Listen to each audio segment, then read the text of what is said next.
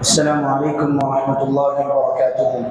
अल्हम्दुलिल्लाहि वहदह वस्सलातु वस्सलामु अला मन ला नबिय्य बअदह व बअद। क़ाल तआला इन्नल्लाह इश्तरा मिनल मुअमिनीना अनफुसहुम व अमवालहुम बिअन्न लहुमुल जन्नह युक़ातिलूना फ़ी सबीलिल्लाहि फ़यक़्तुलूना व युक़्तलून वअदन अलैहि हक़्क़न फ़ित तौराति वल इंजील वल क़ुरआन व मन औफ़ा बिअहदिही मिनल्लाह फ़स्तबशिरू बिबैइकुमुल्लज़ी बायअतुम बिही व ज़ालिका हुवल फ़ौज़ुल अज़ीम। अल्हम्दुलिल्लाह, आज की नमाज़ तरावी में हमने सूरत तौबा का कुछ हिस्सा, सूरत यूनुस मुकम्मल और फिर सूरत हूद की बहुत ही मुख्तसर आयतें आज हमने पढ़ी हैं। ठीक है, सूरत तौबा की 36 आयतें बच गई थी, जिस पर 6 आयतें बाकी थी जो आज अल्हम्दुलिल्लाह हमने मुकम्मल की हैं। सूरत यूनुस में कुल 109 आयतें थी, पूरी सूरत आज हमने पढ़ी है अल्हम्दुलिल्लाह। उसके बाद सूरत हूद शुरू होती है। इसकी तमाम की तमाम आयतें 12वें पारे में है, बस 5 आयतें आज के पारे में थी। ठीक है, तो मुकम्मल 150 आयतें अल्लाह के फजल व करम से आज की नमाज तरावी में हमने सुनी और पढ़ी है अल्हम्दुलिल्लाह। ठीक है, आज का जो मेरा पैगाम है सूरत तौबा की आयत नंबर 111 से है। ठीक है, मैं एक सवाल के जरिए से अपनी बात का आगाज करता हूँ। हम में से कौन ऐसे हैं जिन्होंने अब तक अपनी जिंदगी में तिजारत नहीं की? तिजारत का मतलब होता है खरीदना या फिर बेचना। हमने बेचा हो या ना हो, लेकिन हमने चीजें खरीदी तो है अपनी जिंदगी में। हमें से कोई भी ऐसा नहीं है जो ना खरीदी नहीं अपनी जिंदगी में, कुछ ना कुछ हमने खरीदा। ठीक है, अब आप अपने जहन में कोई एक ऐसे ताजिर या ऐसा सामान अपने जहन में सोचें जो आपकी जिंदगी में आज तक आपने सबसे बेहतरीन उसको पाया है। यानी कोई चीज आपने खरीदी, वो आपकी जिंदगी की सबसे बेहतरीन चीज रही हो आज तक। या फिर कोई ऐसे ताजिर का आपने सामना किया जो बहुत अच्छे से आपके साथ पेश आया और आपको मुकम्मल बदला दिया और आपके साथ जो है ना अच्छा से उसने पेश आया, आप अपने जहन में लाएं। ठीक है, हमने एक दूसरे से तिजारत की है, खरीदो फरोख्त किया है। तिजारत में होता क्या है?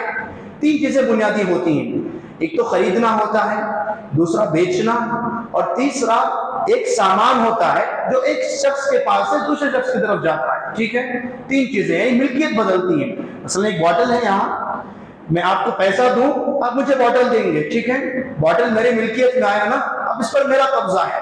ठीक है, आपने बेचा, मैंने खरीदा और ये जो बॉटल था मेरी मिल्कियत में आ गया। ये अब तक आपके पास था, अब मेरे पास आ गया। ठीक है, 3 चीजें बुनियादी होती हैं। अब हमने मखलूक से, इंसानों से खरीदो फरोख्त किया कि अल्लाह से भी मुमकिन है क्या बेचना खरीदना? मुमकिन नहीं है ना। लेकिन अल्लाह ने खरीदा है हमसे और हमने अल्लाह को बेच दिया है सब कुछ। अल्लाह ने सूरत तौबा की आयत नंबर 111 में यही फरमाया। अल्लाह ने कहा इन्नल्लाह इश्तरा मिनल मुअमिनीन, अल्लाह ने मुमिनों से खरीदा है। क्या खरीदा है? अल्लाह ने कहा अनफुसहुम व अमवालहुम, उनके नफ्स को भी अल्लाह ने खरीद लिया, उनके माल को भी अल्लाह ने खरीद लिया। अल्लाह ने खरीदा ना, तो अल्लाह देगा क्या हमको? बिअन्न लहुमुल जन्नह, उनके लिए जन्नत है। युक़ातिलूना फ़ी सबीलिल्लाह फ़यक़्तुलून व युक़्तलून, अल्लाह के रास्ते में ये मुमिन लड़ेंगे, खुद भी मारे जाएंगे कभी कभार और दूसरों को मारेंगे भी है। उसके बाद वअदन अलैहि हक़्क़न फ़ित तौराति वल इंजील वल क़ुरआन, तौरात में, इंजील में और कुरान में अल्लाह का ये वादा मज़कूर है कि अल्लाह ने मुमिनों से उनका माल खरीदा, उनका नफ्स खरीदा और बदले में अल्लाह ने क्या दिया? उनको अल्लाह ने जन्नत का वादा किया। उसके बाद कुरान मजीद के जो अल्फाज हैं, कुरान कहता है फस्तबशिरू, अब तुम खुश हो जाओ। फस्तबशिरू बिबैइकुमुल्लज़ी बायअतुम बिही, जो तुम खरीदो फरोख्त किए हो ना, जो तुमने अल्लाह को बेचा है और अल्लाह ने तुमसे जो तुम्हारा माल और तुम्हारा नफ्स खरीदा है, अब तुम खुश हो जाओ। इसमें धोखे का सवाल ही पैदा नहीं होता। अल्लाह ने वादा किया, अल्लाह ने तुमसे खरीदा है, जन्नत का वादा किया, तो जरूर मिलेगी, जन्नत जरूर मिलकर रहेगी, तुम खुश हो जाओ। कोई तिजारत हम करते हैं, कुछ आज पैसे देके आ जाए, कल वो सामान हमारे घर को आने तक टेंशन रहती है हमें। लेकिन अल्लाह से जो हमने तिजारत की है, जो अल्लाह से हमने खरीद फरोख्त का मुआमला किया है, इसमें टेंशन वाली बात ही नहीं है, क्योंकि खालिक है वो हमारा, वो वादों को पूरा करता है। तौरात में, इंजील में, कुरान में यही बात मज़कूर थी कि अल्लाह ने इनके बदले अल्लाह सुब्हानहू व तआला मुमिनीन को जन्नत देगा। उसके बाद वज़ालिका हुवल फ़ौज़ुल अज़ीम, यही हकीकी मानों में कामयाबी है। अल्लाह ने कहा, देखिए यहाँ खरीदने वाले कौन है? अल्लाह सुब्हानहू व तआला, ठीक है। अल्लाह ने खरीदा ना हमसे। बेचने वाले कौन? हम लोग। क्या बेच रहे हैं हम? हमारा नफ्स हमने बेचा, हमारा माल हमने बेच दिया। जब हमने बेच दिया तो इस पर कंट्रोल किसका होगा? जाहिर सी बात है जिसने खरीदा उसका होगा ना, अल्लाह ताला का कंट्रोल है, ठीक है। और फिर बदले में मिलेगा क्या हमको? जन्नत मिलेगी। ये चार बुनियादी नुक्ते इस आयत करीमा में मज़कूर हैं। इब्न उथैमीन रहमतुल्लाह अलैहि ने बहुत अच्छे अंदाज में अपनी किताब मजमू उनके फतावा में इसको बहुत अच्छे तरीके से समझा है, ठीक है। अल्लाह सुब्हानहू व तआला ने हम मुसलमानों से, मोमिनीन से अपना, हमारे जो नफ्स है ना, अल्लाह ने खरीद लिया है और हमारा माल भी अल्लाह ने खरीद लिया। तो मतलब क्या? अल्लाह सुब्हानहू व तआला जिस तरह हमें हुक्म देंगे उस तरह करना जरूरी है। अल्लाह जहां अपना माल खर्च करने के लिए कहेंगे वहां खर्च करना पड़ेगा, क्योंकि जो माल हमारे पास है किसका है? अल्लाह का है ना, अल्लाह ने खरीद लिया है हमारे से। ये जो नफ्स है हमारे पास, हमारी जो जान है, जो रूह है हमारी, अल्लाह ने खरीद लिया उसको। अल्लाह जब नमाज पढ़ने के लिए कहेंगे पढ़ना पड़ेगा, हमारे नफ्स को हम मस्जिद लाना पड़ेगा। क्यों? ये नफ्स हमारा नहीं है, ये अल्लाह का है। और अल्लाह ने कहा कि नमाज पढ़ो तो नमाज पढ़ना है। और अल्लाह जिस वक्त जो काम करने का हमें हुक्म देंगे वो करना जरूरी और वाजिब है। सूरत तौबा की आयत का यही पैगाम है। और जो इंसान ये आमाल अंजाम देगा अल्लाह सुब्हानहू व तआला ने उसके लिए जन्नत का वादा की है। इब्न क़य्यिम रहमतुल्लाह अलैहि ने इस आयत करीमा की तफसीर में बहुत ही लताइफ बयान किए हैं। इब्न क़य्यिम रहमतुल्लाह अलैहि कहते हैं कि एक तिजारत, यहाँ तिजारत ही का बात है ना इस आयत करीमा में, एक जो तिजारत होगी, खरीदो फरोख्त, किस वक्त दुरुस्त होगी? बेचने वाला भी राजी हो, खरीदने वाला भी राजी हो। बेचने वाला राजी नहीं, हम जबरदस्ती लेके आ जाए, हो ही नहीं सकता। हम खरीदने वाले हैं, हमको चीज चाहिए ही नहीं, सामने वाला जबरदस्ती दे दे, ये भी हो नहीं सकता, ठीक है। यहाँ इस आयत करीमा के रूप से आप समझे, अल्लाह सुब्हानहू व तआला ने हमसे खरीद लिया है, हमने अल्लाह को बेच दिया है, ठीक है। अल्लाह ने हमसे खरीद लिया और हमने बेच दिया, तो हम राजी है ना इस पर? हमें राजी हो जाना चाहिए। जब हम राजी होंगे तभी जाकर अल्लाह भी अपना वादा पूरा करेंगे। अल्लाह ने जो जन्नत का वादा किया वो तब जाकर मिलेगी। और कहते हैं ये मामूली सी चीज है ना, हमारा नफ्स मामूली चीज है, हमारा माल मामूली चीज है, बदले में अल्लाह क्या दे रहे हैं? जन्नत अता कर रहे हैं। ये बहुत बड़ा सौदा है, ये बहुत बड़ी तिजारत है, इसकी कदर होनी चाहिए। इब्न क़य्यिम रहमतुल्लाह अलैहि लिखते हैं कि इतना कीमती और इतना भारी सामान अल्लाह सुब्हानहू व तआला बदले में हमें दे रहे हैं कि हमें उसका अंदाजा ही नहीं है, हम सही मानों में उसकी कीमत नहीं लगा सकते। क्योंकि नबी ने हदीस में फरमाया, अअदतु लिइबादी मा ला ऐनुन रअत, जन्नत की शक्ल में मैंने मेरे बंदों के लिए ऐसी जन्नत तैयार की है जिस जन्नत को आज तक किसी आंखों ने देखा नहीं। वला उज़ुन समिअत, कोई कान ऐसे नहीं है जिसने जन्नत का हकीकी तसव्वुर, जन्नत के बारे में, जन्नत के हकीकी नेमतों का जिक्र वो कान सुने हो। वला खतरा अला क़ल्बि बशर, और इस दुनिया में कोई दिल ऐसा नहीं है जो हकीकी जन्नत का तसव्वुर कर सके। हम आयतें पढ़ते हैं, हदीस पढ़ते हैं, जन्नत के बारे में पढ़ते हैं, लेकिन जन्नत जो हकीकी जन्नत है ना, हम उसका तसव्वुर नहीं कर सकते। हम ना उसके बारे में हकीकी मानों में सोच सकते हैं, ना उसका ख्याल अपने दिल में पैदा कर सकते हैं। बस अल्लाह ने कहा तो हम यकीन रखते हैं, अल्लाह ने हमारे लिए ऐसी जन्नत तैयार कर रखी है। हमने बस अल्लाह को दो चीजें बेची अपनी, अल्लाह हमारा माल भी बेच दिया और हमारा नफ्स भी बेच दिया, बदले में अल्लाह सुब्हानहू व तआला इतनी भारी और इतनी अजीम चीज हमें अता कर रहे हैं। दूसरी जगह इब्न क़य्यिम लिखते हैं रहमतुल्लाह अलैहि, ये देखो इब्न क़य्यिम समझा रहे हैं हमको, ये अल्लाह का फजल करम है, ये अल्लाह की मेहरबानी है। हमारे पास जो नफ्स है ना हमारा, ये किसका है? अल्लाह का है ना। इसीलिए हम खुदकुशी नहीं कर सकते, क्योंकि हमारे नफ्स पर भी हमारा कंट्रोल नहीं है। अगर हमारा कंट्रोल होगा तो खुदकुशी शायद की जायज हो जाती। हमारे नफ्स पर भी अल्लाह का कंट्रोल है, ठीक है, हमारा नफ्स भी अल्लाह का है। तो अल्लाह ने जब ये दी है, हम बतौर अमानत हमारे पास रखी है, ये अल्लाह की हकीकी मानों में। हमारे पास जो माल है किसका है? अल्लाह का है, ठीक है। हमारा नफ्स भी अल्लाह का, हमारा माल भी अल्लाह का, जन्नत किसकी? अल्लाह की ना। तो अल्लाह सुब्हानहू व तआला गोया कि जो चीज दे रहे हैं अल्लाह सुब्हानहू व तआला वो भी अल्लाह की, जो हमसे ले रहे हैं वो भी अल्लाह की। समझ में आई बात? खरीद अल्लाह ने नफ्स और हमारा माल ले लिया ना हमसे, ये भी अल्लाह का था, और बदले में अल्लाह जन्नत दे रहे हैं, ये भी अल्लाह सुब्हानहू व तआला की है। तो अल्लाह की ये मेहरबानी है, अल्लाह का ये फज़्ल है और अल्लाह की खास रहमत है। इब्न क़य्यिम कहते हैं रहमतुल्लाह अलैह कि अल्लाह सुब्हानहू व तआला ने अपनी चीज को अपनी चीज से बेचा है। ठीक है, एक इंसान अपनी चीज अपने से नहीं बेचता ना, तो अल्लाह ने ऐसे ही किया, अपने बंदों को जन्नत में दाखिल करवाने के लिए, अपने बंदों पर रहम करने के लिए, उन पर खास फज़्ल करने के लिए रब्बुल आलमीन ने अपनी ही चीज को अपनी चीज से बेच दिया। और रब्बुल आलमीन जो बदले में दे रहे हैं ना, वो इतनी भारी और इतनी अजीम है, उसका अंदाजा नहीं लगाया जा सकता।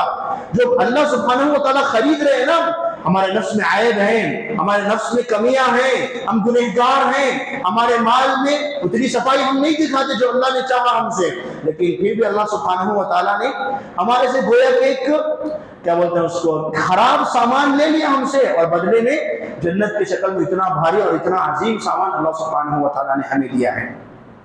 ये अल्लाह सुब्हानहू व तआला का खुसूसी फज़्ल है। यानी इस आयत करीमा में अल्लाह सुब्हानहू व तआला ये फरमा रहे हैं कि देखो, तुमने एक बार अगर कलिमा पढ़ लिया ना, तो तुम मेरे हो गए, अब जैसा मैं कहूंगा वैसा करना पड़ेगा। एक फिक्र है हमारे मुआशरे में कि जो कहते हैं ना, ला इकराह फिद्दीन, दीन में कोई जबरदस्ती नहीं है। किसी को कहें चलो भाई नमाज का वक्त हो गया, क्या कहेगा वो, दीन में जबरदस्ती नहीं, मैं पढ़ना तो पढ़ूंगा, तुम जाओ तुम अपना पढ़ लो, मैं नहीं पढ़ूंगा। बात मामला ऐसा नहीं है। जो अल्लाह ने आयत करीमा में जिक्र किया, दीन में दाखिल होने के लिए आप किसी को जबरदस्ती नहीं कर सकते। ठीक है, जबरदस्ती जबरन किसी को मुसलमान आप नहीं बना सकते, वो अपनी खुशी से अपने दिल के इत्मीनान पर मुसलमान होगा। लेकिन जब एक मर्तबा मुसलमान हो जाए ना वो, तब उसके ऊपर जबरदस्ती की जाएगी। इस्लामी सल्तनत हो, इस्लामी कंट्री हो, अगर वो नमाज नहीं पढ़ता तो उसको जबरदस्ती नमाज पढ़वाई जाएगी। ठीक है, समझ में आई ना बात। जब एक मर्तबा बंदा कलीमा तौहीद का इकरार करके दायरे इस्लाम में दाखिल हो जाता है, फिर उसके बाद अल्लाह ने जैसा कहा, रसूल ने जैसा करने को कहा, वैसा करना वाजिब और जरूरी है। अगर नहीं करता तो जबरदस्ती कराया जाएगा उस पर, अगर इस्लामी सल्तनत हो। वही अल्लाह सुब्हानहू व तआला ने इस आयत करीमा में पैगाम फरमाया। यहाँ तिजारत की बात हुई है ना, सूरह बकरा में एक आयत हमने पढ़ी, व मिनन नासि मन यशरी नफ्सहु इब्तिगाअ मरदातिल्लाह, 207 आयत करीमा। ठीक है, अल्लाह ने कहा कि अल्लाह के बाज़ बंदे, मोमिन बंदे ऐसे होते हैं जो अपने नफ्स को, अपनी जान को अल्लाह को बेच देते हैं। क्यों बेचते हैं? उनको चाहिए क्या होता है, मन यशरी नफ्सहु इब्तिगाअ मरदातिल्लाह, अल्लाह की रजामंदी चाहते हैं। वो अल्लाह की रजामंदी चाहने के लिए अपना नफ्स अल्लाह को बेच देते हैं। वल्लाहु रऊफुम बिल इबाद, अल्लाह अपने बंदों के साथ बहुत मेहरबान है। इस आयत करीमा की तफसीर में इब्न कतीर रहमतुल्लाह अलैह ने शान नुज़ूल जिक्र किया। वो लिखते हैं कई एक शान नुज़ूल उसमें है, लेकिन एक शान नुज़ूल ये भी बताए हैं कि आयत करीमा जो है ना, सुहैब रूमी रज़ियल्लाहु अन्हु के बारे में नाजिल हुई। हुआ क्या, सुहैब रूमी रज़ियल्लाहु अन्हु मुसलमान हो गए, नबी सल्लल्लाहु अलैहि वसल्लम के साथ मक्के नहीं, अफन मुसलमान हुए, मक्के में थे। नबी सल्लल्लाहु अलैहि वसल्लम हिजरत करके मदीना जा चुके हैं। ये कुफ्फार तरह तरह से मुसलमानों को सताया करते थे। अगर कोई हिजरत करने जाते ना तो उसको रोक देते, उसको सताते, उसको तंग करते। वैसे ही मुआमला इनके साथ भी हुआ। सुहैब रूमी रज़ियल्लाहु अन्हु मुसलमान हो गए, नबी मदीने को पहुंच चुके हैं। उस वक्त अल्लाह का यह हुक्म नाजिल कर दिया गया था कि सब लोग मदीने को हिजरत करके आ जाएं। अभी हिजरत करना सब पर वाजिब है, जो इस्तिताअत रखता है, जिसके जिस्म में ताकत है, जो बच्चे नहीं है, जो बूढ़े नहीं है, सबको हिजरत करके नबी के पास जाना है। तो एक एक करके सहाबा किराम जाने लगे।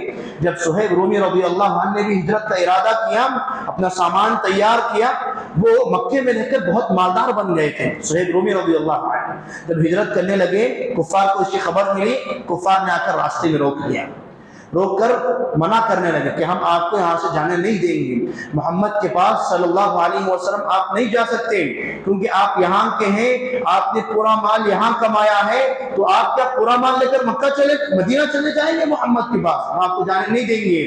तो सुहैब रूमी रज़ियल्लाहु अन्हु ने कुफ़ार को धमकी दी कि देखो, तुम जानते हो मैं बेहतरीन तीर अंदाज हूँ, मेरे पास तीर भी हैं, जितनी तीर मेरी कमान में मौजूद है एक एक करके सबको मारता जाऊंगा। जब तक मेरी कमान में तीर मौजूद है, तुमने का एक एक फर्द मरता जाएगा, याद रख लो, और मेरा निशाना चूकता नहीं है, मैं मारूंगा, सबको मारूंगा। गर्चे मैं अकेला हूँ, मेरे साथ मेरा अल्लाह है। तुम मुझे रोक रहे हो ना, मुझे अब जाना है किसी भी सूरत में, तुम मुझे रोकोगे, मना करोगे, सबको मारता जाऊंगा एक एक करके। सुहैब रूमी रज़ियल्लाहु अन्हु ने कुफ़ार को धमकी दी, डराया उनको, वो माने नहीं कुफ़ार। सारी जमात थी उनकी। लेकिन सुहैब रोमी ने रज़ियल्लाहु अन्हु बस ऐसे जुमले नहीं कहे, अगर वक्त आता ना तो सबको मारते थे सुहैब रोमी रज़ियल्लाहु अन्हु।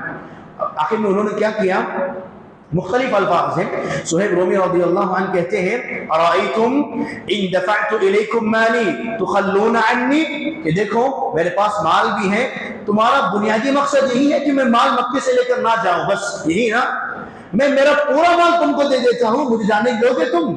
मोहम्मद के पास मुझे जाना है सल्लल्लाहु अलैहि वसल्लम, जितना माल मेरे पास है सब कुछ तुम्हें दे दूंगा, बस मुझे रास्ता छोड़ दो, मुझे मदीना जाना है किसी भी सूरत। कुफार खुश हो गए, उनको बस दुनिया चाहिए थी ना। कुफार ने कहा ठीक है, तुम सब तुम्हारा माल, पूरा तुम्हारा माल हमें दे दो, हम तुम्हें जाने के लिए रास्ता दे देंगे। लिहाजा सुहैब रोमी रज़ियल्लाहु अन्हु के पास से उन्होंने सारा माल ले लिया और फिर सुहैब रोमी रज़ियल्लाहु अन्हु को वहां से जाने दिया। सुहैब रोमी रज़ियल्लाहु अन्हु, जो उनके पास इतना सारा माल था, सब कुछ दे दिया उन्होंने। ठीक है, अब आए नबी सल्लल्लाहु अलैहि वसल्लम के पास, रास्ते में सहाबा मिले, फिर नबी के पास पहुंचे। नबी ने पूछा, ऐ सुहैब तुम्हारा माल कहाँ है? इतना सारा माल तुमने कमाया, तुमने तिजारत की, क्या हुआ तुम्हारा इतना सारा माल? उन्होंने कहा कि अल्लाह के नबी देखे रास्ते में ऐसा ऐसा वाकया पेश आया, मैंने सारा माल उनको देकर तले तन्हा आपके पास आ गया हूँ, अल्लाह के रास्ते में हिजरत करके आ गया हूँ। तो अल्लाह ने आयत नाज़िल की, व मिनन नास मन यशरी नफ्सहु इब्तिगाअ मर्दातिल्लाह, अल्लाह के पास बंदे ऐसे हैं जो अल्लाह की रजामंदी हासिल करने के लिए अपने नफ्स को, अपने माल को, सब कुछ बेच देते हैं। वल्लाहु रऊफुम बिल इबाद, और अल्लाह सुब्हानहु व तआला अपने बंदों पर मेहरबान है। तो अल्लाह के नबी सल्लल्लाहु अलैहि वसल्लम ने जो अल्फाज कहे, सुहैब रूमी रज़ियल्लाहु अन्हु की जो हिम्मत अफजाई आपने की, नबी ने फरमाया तुमने बेहतरीन तिजारत अल्लाह के साथ की है, जिस तिजारत में कभी खसारा नहीं होगा, इसमें सिर्फ फायदा ही फायदा है। और तुमने जो तिजारत की है ना, जो तिजारत तुम करके आए हो, इसमें सिर्फ तुम्हारा फायदा ही फायदा है, कभी तुम्हारा घोटाला नहीं होगा, कभी तुम इसमें खसारे में नहीं होगे। तुमने बेहतरीन तिजारत की और अल्लाह के रास्ते में तिजारत करके तुम यहाँ आए हो। नबी ने फरमाया रबिहल बैउ सुहैब, रबिहल बैउ सुहैब, सुहैब ने बहुत फायदामंद तिजारत की है, सुहैब ने बहुत फायदामंद तिजारत करके अल्लाह सुब्हानहु व तआला के दरबार में हिजरत की है। देखिए अल्लाह ने हमसे हमारी चीजें ले ली हैं, जबकि अल्लाह ही की थी। हमें अल्लाह ने जो कहा उस पर अमल करना है, मुसलमान पर जरूरी है। हमारे मुआशरे में ऐसे लोग पाए जाते हैं जिसकी मिसाल मैंने आपके सामने दी। वो कहते हैं कि नमाज के लिए आओ, जिसमें मिसाल देना, कहते हैं नहीं हम नहीं आएंगे, वो अपनी मनमानी दिखाते हैं। नहीं, ये नफ्स जो हमारे पास है वो हमारा नहीं है, अल्लाह ने खरीद लिया है। अगर हम अल्लाह के खरीदे हुए वादे पर मुकम्मल उतरेंगे, अल्लाह ने जो कहा जिस वक्त में करने को अगर हम करेंगे, तभी अल्लाह भी अपना वादा पूरा करेगा। और जो अल्लाह ने वादा किया कि मैं तुम्हें जन्नत दूंगा, तब जाकर अल्लाह सुब्हानहु व तआला जन्नत अता फरमाएगा। अल्लाह सुब्हानहु व तआला से दुआ है कि रब्बुल आलमीन हमें दीन इस्लाम का पाबंद बनाएं, और जो तिजारत हमने अल्लाह के साथ की है, जो हमारे नफ्स को, हमारे माल को हमने बेचा है जन्नत के एवज, रब्बुल आलमीन हमें हमारे वादे पर खरे उतरने की तौफीक इनायत फरमाए, क्योंकि रब्बुल आलमीन तो अपना वादा पूरा करेगा ही। बस हम बंदों को चाहिए कि हम भी अपना वादा रब्बुल आलमीन के साथ जो हमने की है उसको मुकम्मल करें। अल्लाह हमें इतनी तौफीक दे, इतनी ताकत दे, इतनी सकत दे कि हम ये वादा मुकम्मल कर सकें। व आखिरु दअवाना अनिल हम्दुलिल्लाहि रब्बिल आलमीन, वस्सलामु अलैकुम व रहमतुल्लाहि व बरकातुहू।